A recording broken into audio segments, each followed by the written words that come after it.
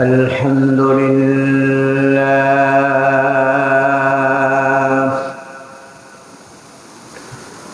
الحمد لله وكفى وسلام على عباده الذين اصطفى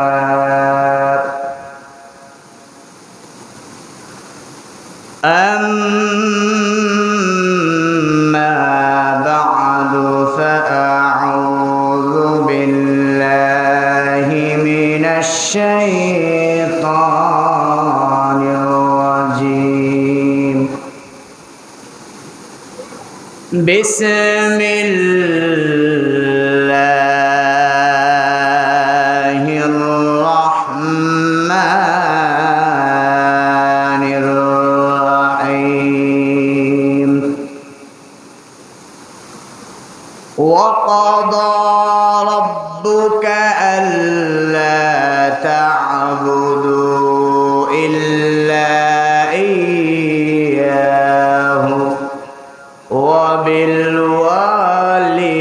وبالوالدين إحسانا إما يبلغن عندك الكبر أحدهما أو كلاهما فلا تقل لهما أف ولا تنهرهما وقل لهما قولا كريما واخفض لهما جناح الذل من الرحمة وقل رب ارحمهما كما ربياني صغيرا وقال النبي صلى الله عليه وسلم رضا الرب في رضا الوالدين سخط الرب في سخط الوالدين أو كما قال النبي عليه الصلاة والسلام الحمد لمن قدر خيرا وخبالا الحمد لمن قدر خيرا وخبالا والشكر لمن صور حسنا وجمالا فرد صمد عن صفة الخلق بريئون رب أزلي خلق الخلق كمالا لا إله زبان خليل لا إله لا إله لا إله إلا الله لا إله لا إله لا إله لا إله إلا الله محمد رسول রাসূলুল্লাহ সাল্লাল্লাহু আলাইহি ওয়াসাল্লাম। আলহামদুলিল্লাহ, আল্লাহ পাকের শুকর ও সুজুদ যে মহান রব্বুল আলামিন আমাদেরকে আল্লাহ পাক হায়াতে বাঁচিয়ে আল্লাহ পাক সুস্থ রেখে আল্লাহর হুকুম ফরজ নামাজ আদায় করার জন্য আল্লাহ পাক মসজিদে এনেছেন। এই জন্য সকলে প্রাণ খুলে বলি আলহামদুলিল্লাহ। আজকে আমি আপনাদের সামনে সূরা বনী ইসরাঈলের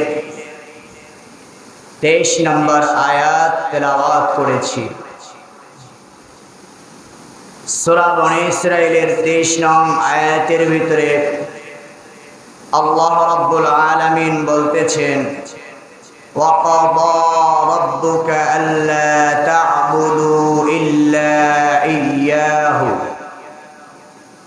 আল্লাহ সুবহানাহু ওয়া তাআলা বলতেছেন, ও নবী পয়গম্বর, আপনি মানুষদেরকে বলে দেন আল্লাহ ছাড়া কোনো মাবুদ নাই। আমাদের মাবুদ একমাত্র, তিনি হলেন কে? আল্লাহ। এরপরে আল্লাহ রাব্বুল আলামিন 5টা কথা উল্লেখ করেছেন। এরপরে আল্লাহ রাব্বুল আলামিন বলেছেন, ওয়াবিল ওয়ালিদাইনি ইহসানা, তোমরা তোমাদের মাতা পিতার সাথে ভালো ব্যবহার করবে। এরপরে আল্লাহ রাব্বুল আলামিন বলেছেন, ইম্মা ইয়াবলুগান্না ইনদাকাল কিবারা আহাদুহুমা আও কিলাহুমা, যদি তোমাদের জীবন দশায় যদি একজন অথবা উভয়জন যদি বার্ধক্যে পৌঁছে যায়, তাহলে তাদের সাথে ধমক দিয়ে কথা বলবে না। কি দিয়ে বলবে না? ধমক দিয়ে। ওয়ালা তানহারহুমা, এবং তাদের সাথে কর্কশ ভাষায় কথা বলবে না। ওয়াকুল লাহুমা কওলান কারীমা, তাদের সাথে অতি নম্র এবং ভদ্র ভাষায় তাদের সাথে কথা বলবে। ওয়াখফিদ লাহুমা জানাহাজ যুল্লি মিনার রাহমাতি, তাদের সাথে অতি বিনয়ী এবং অতি নম্র এবং ভদ্র ভাষায় তাদের সাথে আচরণ করবে। সর্বশেষ তোমরা আল্লাহর কাছে দোয়া করবে, রব্বির হামহুমা কামা রব্বায়ানি সগীরা। এই দোয়া করে তোমরা তোমাদের মালিকের কাছে তাদের জন্য দোয়া করবে।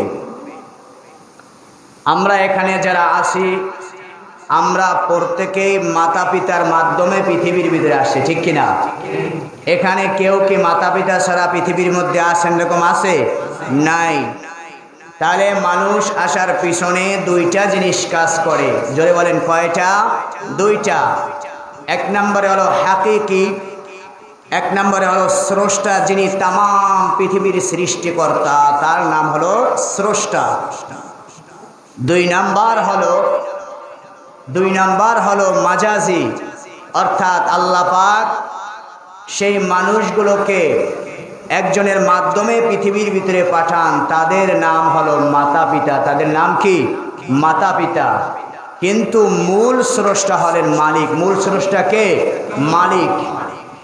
আর মানুষের ভিতরে মানুষের সম্মান বাড়িয়ে দিয়েছেন। প্রত্যেকটা মানুষের কাছে তার মাতা পিতার সম্মানকে আল্লাহ বাড়িয়ে দিয়েছেন। একজন মানুষের মাধ্যমে যখন মাতা পিতার মাধ্যমে যখন সন্তান আসে, তখন ওই সন্তানের কাছে মাতা পিতার অনেক দাম থাকে, ঠিক কিনা? তাহলে পৃথিবীর ভিতরে প্রত্যেক মানুষই আসবে, তারা মাতা পিতা হবে, তারা প্রত্যেকেই দামি হবে। এই ব্যবস্থা রেখে দিয়েছেন কে? আল্লাহ। এই ব্যবস্থা রেখে দিয়েছেন। মুহাম্মদুর রাসূলুল্লাহ সাল্লাল্লাহু আলাইহি ওয়াসাল্লাম, তিনিও মাতা পিতার মাধ্যমে এসেছেন। যুগ শ্রেষ্ঠ এবং সমস্ত নবীদের থেকে শ্রেষ্ঠ নবী মুহাম্মদুর রাসূলুল্লাহ সাল্লাল্লাহু আলাইহি ওয়াসাল্লাম, তিনিও মাতা পিতার মাধ্যমে এসেছেন। আল্লাহ নবী সাল্লাল্লাহু আলাইহি ওয়াসাল্লামকে প্রশ্ন করলেন, মা হাক্কুল ওয়ালিদাইন ইয়া রাসূলুল্লাহ, একটা সন্তানের উপরে মাতা পিতার হক কি? আল্লাহ নবী সাল্লাল্লাহু আলাইহি ওয়াসাল্লাম বললেন, হুমা জান্নাতুকা ওয়া নারুকা, তোমার জীবনে তোমার মাতা পিতা তোমার জান্নাত এবং তোমার জাহান্নাম। সাহাবায়ে কেরাম জিজ্ঞাসা করলেন, ইয়া রাসূলুল্লাহ, একজন সন্তানের জন্য পিতা মাতা কেমনে জান্নাত এবং জাহান্নাম? আল্লাহ নবী বললেন, যদি তোমার পিতা মাতা যদি তোমার প্রতি সন্তুষ্ট থাকে, আর ওই সন্তুষ্টই তোমাকে জান্নাতে নিয়ে যাবে। সুবহানাল্লাহ। এরপরে বললেন, যদি তোমার মাতা পিতা যদি তোমার পাশে যদি নারাজ থাকে, অসন্তুষ্ট থাকে, আর ওই অসন্তুষ্টি তোমাকে জাহান্নামে নিয়ে যাবে। ওই অসন্তুষ্টি তোমাকে জাহান্নামে নিয়ে যাবে। আল্লাহ রাব্বুল আলামিন মাকে যে কতটা আল্লাহ পাক দামি করেছেন, মায়ের মর্যাদা আল্লাহ পাক এতটা বৃদ্ধি করে দিয়েছেন মায়ের মর্যাদা। সাহাবী আয়েশা জিজ্ঞাসা করলেন, ইয়া রাসূলুল্লাহ, আমি খেদমত করব কার? আল্লাহ নবী বললেন, তোমার মায়ের খেদমত করবে। এরপরে আবার জিজ্ঞাসা করলেন, ইয়া রাসূলুল্লাহ, তারপরে কার? বললে, তোমার মায়ের খেদমত করবে। তৃতীয়বার আবার জিজ্ঞাসা করলেন, ইয়া রাসূলুল্লাহ, কার খেদমত করব? বলেন, তোমার মায়ের খেদমত করবে। চতুর্থবার আবার জিজ্ঞাসা করলেন, ইয়া রাসূলুল্লাহ, কার খেদমত করব? আল্লাহ নবী বললেন, তোমার বাপের খেদমত করবে। আল্লাহ পাক বাপের মর্যাদার চাইতে 3 গুণ মায়ের মর্যাদা আল্লাহ বৃদ্ধি করে দিয়েছে। সুবহানাল্লাহ। বাপের মর্যাদার চাইতে মায়ের মর্যাদা আল্লাহ পাক 3 গুণ বৃদ্ধি করেছেন। কয় গুণ? 3 গুণ বৃদ্ধি করে দিয়েছেন। কারণ একটা সন্তান পৃথিবীর ভিতরে আনতে মা যে কতটা কষ্ট করেন, যিনি সন্তান জানন করেন, যিনি সন্তান ভূমিষ্ঠ করেন, তিনি একমাত্র জানেন এই পৃথিবীর ভিতরে সন্তান আনতে কতটা বেগ পেতে হয়। এই জন্য আল্লাহ রাব্বুল আলামিন মায়ের মর্যাদা বৃদ্ধি করেছেন। বাবার মর্যাদার চাইতে মায়ের মর্যাদা আল্লাহ 3 গুণ আল্লাহ বৃদ্ধি করে দিয়েছেন। প্রতিটা সন্তানের জন্য আল্লাহ পাক মা বাবাকে রহমত স্বরূপ আল্লাহ পাঠাইছেন। কারণ যদি তোমার মা বাবা না থাকতো, তুমি পৃথিবীর ভিতরে আলো দেখতে পারতা না, এই পৃথিবী সুন্দর পৃথিবী দেখতে পারতা না। এই মায়ের বাবার কারণেই তুমি এই সুন্দর পৃথিবী দেখতে পেরেছ। এই মা এবং বাবার কারণে তুমি সুন্দর পৃথিবী দেখতে পেরেছ। আল্লাহ পাক মা বাবাকে কতটা আল্লাহ পাক দামি করেছেন, কতটা সম্মান করেছেন। আল্লাহ নবী সাল্লাল্লাহু আলাইহি ওয়াসাল্লাম হাদিস শরীফের ভিতরে আল্লাহ নবী বলেছেন, কোন নেককার সন্তান যদি ভালোবাসার দৃষ্টি দিয়া, দয়ার দৃষ্টি দিয়া যদি কোন সন্তান যদি মায়ের মুখের দিকে একটা নজর দিয়ে মুস্কি হাসি দেয়, আল্লাহ পাক তার আমলনামায় একটা মকবুল হজের সওয়াব দিয়া দেয়। সাহাবায়ে কেরাম জিজ্ঞাসা করলেন, ইয়া রাসূলুল্লাহ, ইয়া হাবিবাল্লাহ, কোন সন্তান যদি তার মায়ের দিকে ভালোবাসার দৃষ্টি দিয়া এবং রহমত দয়ার দৃষ্টি দিয়া যদি কোন সন্তান মায়ের দিকে যদি 100 বার যদি নজর দেয়, তাহলে তার আমলনামায় কি 100টা কবুল হজের সওয়াব পৌঁছবে। আল্লাহর নবী বলেছেন, কোন নেককার সন্তান যদি তার মায়ের দিকে 100 বারও যদি নজর দিয়ে যদি মুস্কি হাসি দেয়, আল্লাহ পাক তার আমলনামায় 100টা কবুল হজের সওয়াব দিয়া দেন। আল্লাহ নবী বলেছেন, শুধু তাই নয়, শুধু তাই নয়, যদি কোনো সন্তান যদি তার মায়ের দিকে যদি ভালোবাসার দৃষ্টি দিয়ে যতটা নজর করবেন আল্লাহ পাক তার আমল নামায় ততটা কবুল হজের সওয়াব দিবেন। সুবহানাল্লাহ। এরে নবীর উম্মতের দল, মা যে কত বড় একটা দামি সম্পদ, যার মা বাবাই পৃথিবীর ভিতরে বেঁচে নাই, তারা জানে মা বাবা কত বড় দামি সম্পদ। যুগের পর যুগ যায় কিন্তু মায়ের চেহারাটা দেখে না, যুগের পরে যুগ যায় বাবার চেহারা দেখে না। যাদের মা বাবা নাই তারাই জানে কতটা মা বাবা দামি সম্পদ। কিন্তু মা বাবা থাকলে তখন সন্তানরা মা বাবার মর্যাদা দেয় না, মা বাবাকে তেমন কোনো ভালোবাসে না। কিন্তু মা বাবা হলো একটা সন্তানের জন্য আল্লাহর কাছে সবচাইতে বড় উপহার, ঠিক কিনা? সবচাইতে মা বাবা হলো সন্তানের জন্য সবচাইতে বড় উপহার। তুমি বড় যত জামি হও না কেন, যত বড় তুমি আলেম হও না কেন, যত বড় শিক্ষিত হও না কেন, মায়ের সামনে তোমার তেমন কোনো দাম নাই। কারণ এই মায়ের কারণে তুমি পৃথিবীর ভিতরে এসেছো। আজকে অধিকাংশ সন্তান দেখবেন মায়ের গায়ে হাত দেয় কিনা, জোরে কন। মা বাবাকে অসংখ্য গালি দেয় কিনা। এত সুন্দর করে লালন পালন করে পৃথিবীর ভিতরে বড় করেছে, আর সেই সন্তান মায়ের বুকে তারা কি করতে কথা বলতেছে। আল্লাহ নবী সাহাবী হাদিস শরীফের ভিতরে বলেছেন, আল্লাহর নবী সাহাবী হযরতে আবু হুরায়রা রাদিয়াল্লাহু তাআলা গভীর রজনীতে আল্লাহর নবী দরবারে আয়েশা কাঁদতেছেন। আল্লাহর নবী জিজ্ঞাসা করলেন, ও সাহাবী তুমি কেন কাঁদতেছো গভীর রজনীতে আয়েশা? হযরতে আবু হুরায়রা বলেন, ইয়া রাসূলুল্লাহ, আমার মা আমাকে মেরেছে। আল্লাহর নবী জিজ্ঞাসা করলেন, তোমার মা তোমাকে কেন মেরেছে? তুমি কি কোনো মায়ের সাথে তুমি বেয়াদবি করেছো কিনা?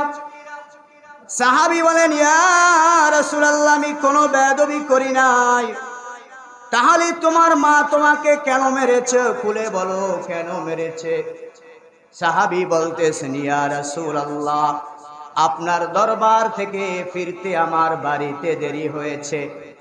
মা জিজ্ঞেস করলেন, ও সন্তান, তুমি এই গভীর রজনীতে বাড়ি আসলা কেন? তুমি কোথায় ছিলে, কোথায় গিয়েছিলে? হযরতে আবু হুরায়রা বলেন, তাম পৃথিবীর মানুষ যেই নবীর কদম মোবারক চুমা দিলে ধন্য হয়ে যায়, সেই আখিরি জমানার নবী পয়গম্বর মুহাম্মাদের দরবার থেকে আমার আসতে দেরি হয়ে গেছে। ইয়া রাসূলুল্লাহ, ইয়া হাবিবাল্লাহ, আপনার নাম শুনে আমার মায়ের গায়ে আগুন ধরে গেল। ইয়া রাসূলুল্লাহ, আপনার নাম শুনে আমার মায়ের গায়ে জ্বালা পোড়া শুরু হয়ে গেল। কারণ তিনি কাফের, তিনি মুশরিকা। মা কাফের মুশরিক, সন্তান নবীর সাহাবী। ইয়া রাসূলুল্লাহ, আপনার নাম শুনে মা অগ্নি শর্মা হয়ে আমাকে পিটাতে লাগলেন আর বলতে লাগলেন, ও সন্তান, হয় তুই মুহাম্মাদের বাড়ি ছাড়বি, না হয় আমার বাড়ি ছাড়বি, কোনটা করবি বল? হযরতে আবু হুরায়রা বলেন, ইয়া রাসূলুল্লাহ, আমি মার খেতে লাগলাম আর মাকে বলতে লাগলাম, মা তোমার গায়ে যত শক্তি আছে আমাকে মারো, কোনো সমস্যা নাই। কিন্তু তোমার বাড়ি কেন?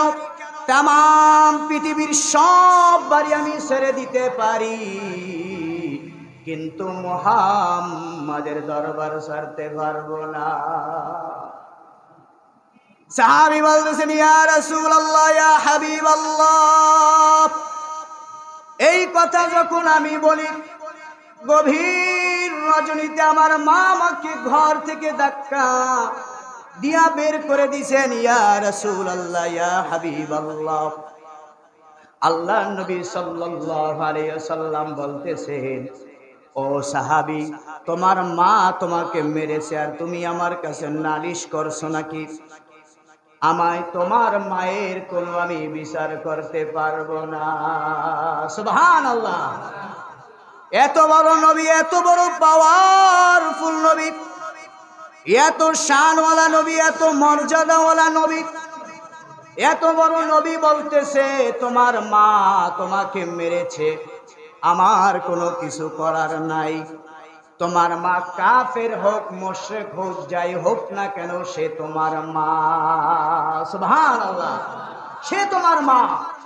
তোমাকে যাই, সে কাফের হোক, মুশরিক হোক, সে তো তোমার মা, সে তো তোমার মা। নবী জিজ্ঞেস করলেন, তাহলে কি করা যায়? নবী জিজ্ঞেস করলেন, ও সাহাবী, এখন তুমি কি বলো? সাহাবী বলছেন, ইয়া রাসূলুল্লাহ, আপনার কাছে আমি কোনো নালিশ নিয়ে আসি না, আমার মায়ের বিরুদ্ধে আপনার কাছে কোনো নালিশ নিয়ে আসি নাই। তাহলে কেন আসছো বলো, খুলে বলো। ওই সাহাবী বলতেছেন, ইয়া রাসূলুল্লাহ, আপনি যদি আল্লাহর কাছে কোনো ব্যাপারে হাত তুললেন, তাহলে সেই হাত তো আল্লাহ কবুল আর মঞ্জুর করে নেয়। ইয়া রাসূলুল্লাহ, আপনি আমার মায়ের জন্য দোয়া করুন, যেন আমার মাকে আল্লাহ হেদায়েত দিয়া দেয়। আল্লাহ নবী আকাশের দিকে হাত তুললেন আর দোয়া করলেন, আল্লাহুম্মা ইহদি উম্মে আবু হুরায়রা। আয় আল্লাহ, আমি আপনার কাছে দোয়া করতেছি, আপনি আবু হুরায়রার মাকে হেদায়েত দান করো। নবী যখন আকাশের দিকে হাত তুলে দোয়া করতে লাগলেন, ওই হযরতে আবু হুরায়রা দৌড় দিয়া বাড়ির দিকে রওনা হয়ে গেছেন। প্রতিময় সাহাবী হযরতে আবু হুরায়রার জামা টেনে ধরলেন। এই ভদ্রলোকটা দৌড়ায় কেন? কি হয়েছে? যেই মানুষটা কোনোদিন মানুষের সাথে কোনোদিন গরম হয়ে কথা বলে না, নরম ভাষায় কথা বলে, এই মানুষটা কেন দৌড়াইতেছে? মনে হয় কোনো বিপদ হয়েছে নাকি? পিছন থেকে জামা টেনে ধরে আবু হুরায়রাকে জিজ্ঞাসা করে, ভাই তুমি কেন দৌড়াচ্ছ? কোনো বিপদ হয়েছে নাকি? হযরতে আবু হুরায়রা বলেন, আমার জামা ছেড়ে দাও, আমার কোনো বিপদ হয় নাই। আমি দৌড়াইয়া বাড়িতে গিয়া দেখতে চাই আমি আবু হুরায়রা আগে বাড়ি পৌঁছলাম না, আমার নবীর দো আগে বাড়ি পৌঁছে গেছে। সুবহানাল্লাহ। আমি দেখতে চাই। হযরতে আবু হুরায়রা দৌড়াতে দৌড়াতে তিনি বাড়ির দিকে চলে গেলেন।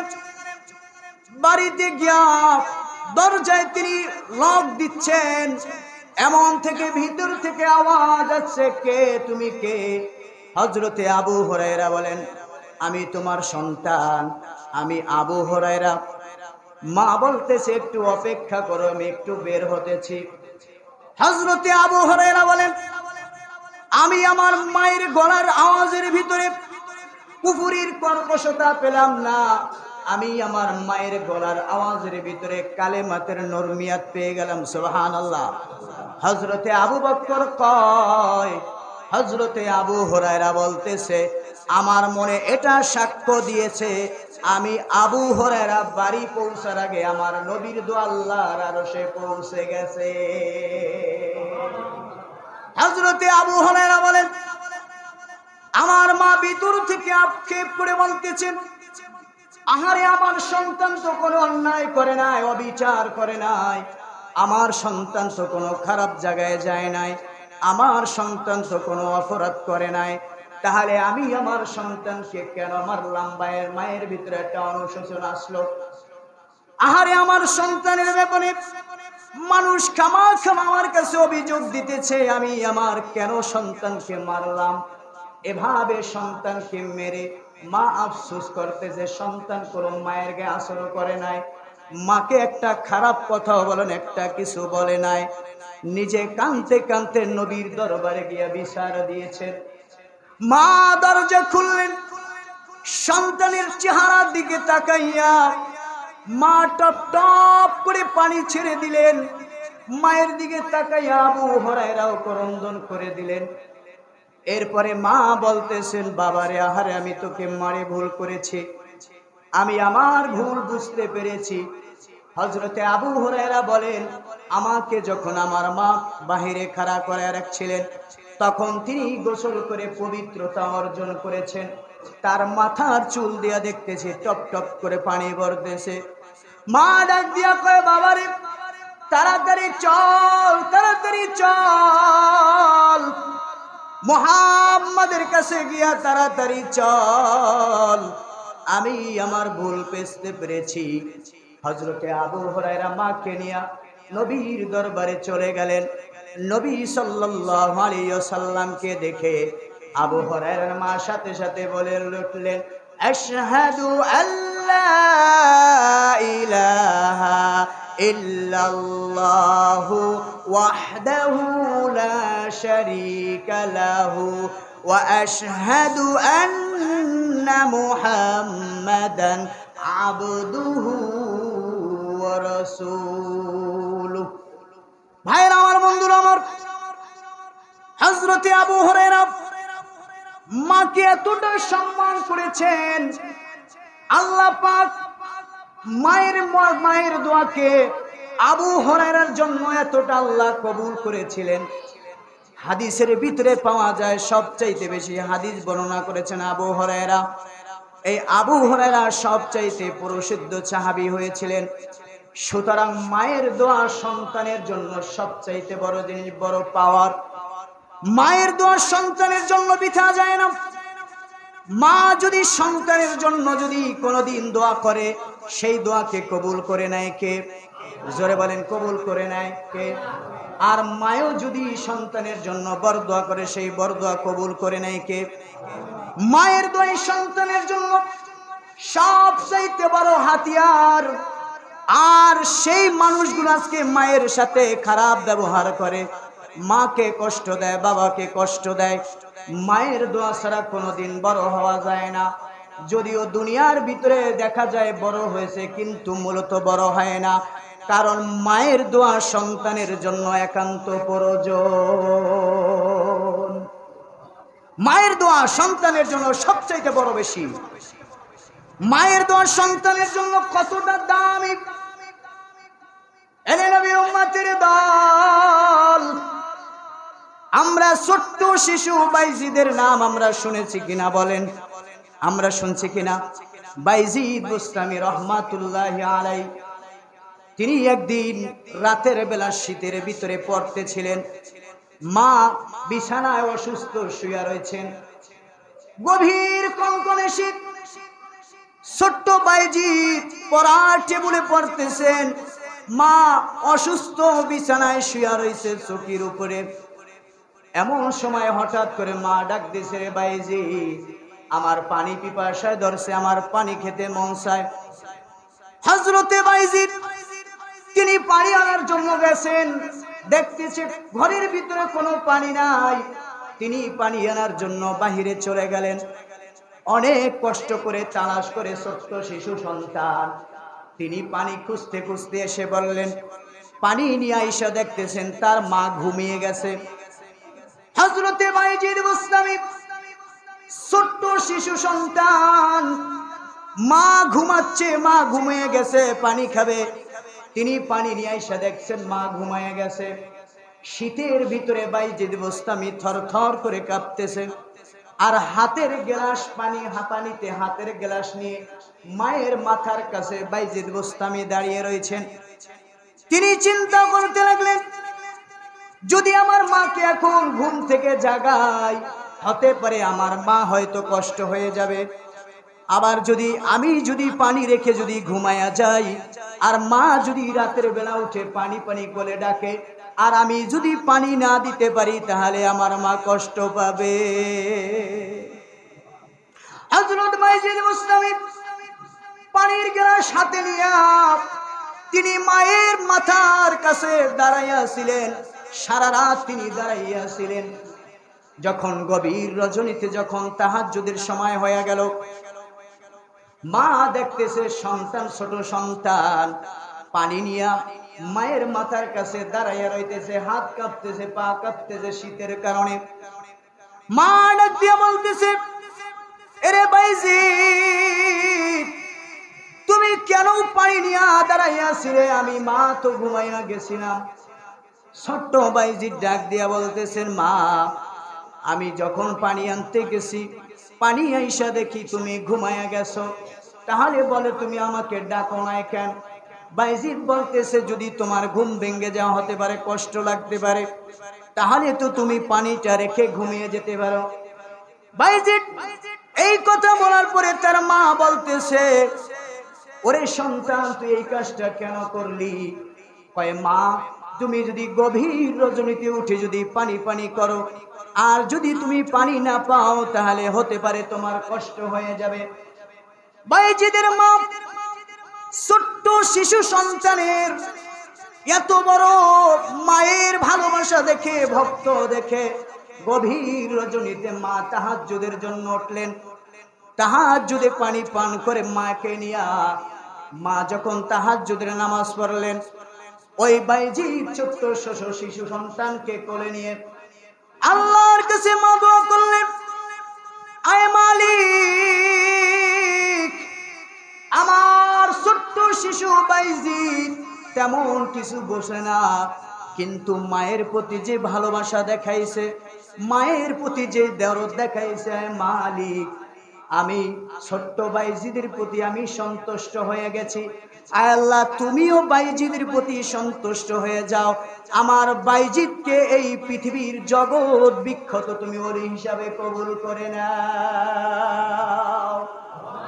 আল্লাহ রাব্বুল আলামিন সাথে সাথে কবুল করে নিলেন।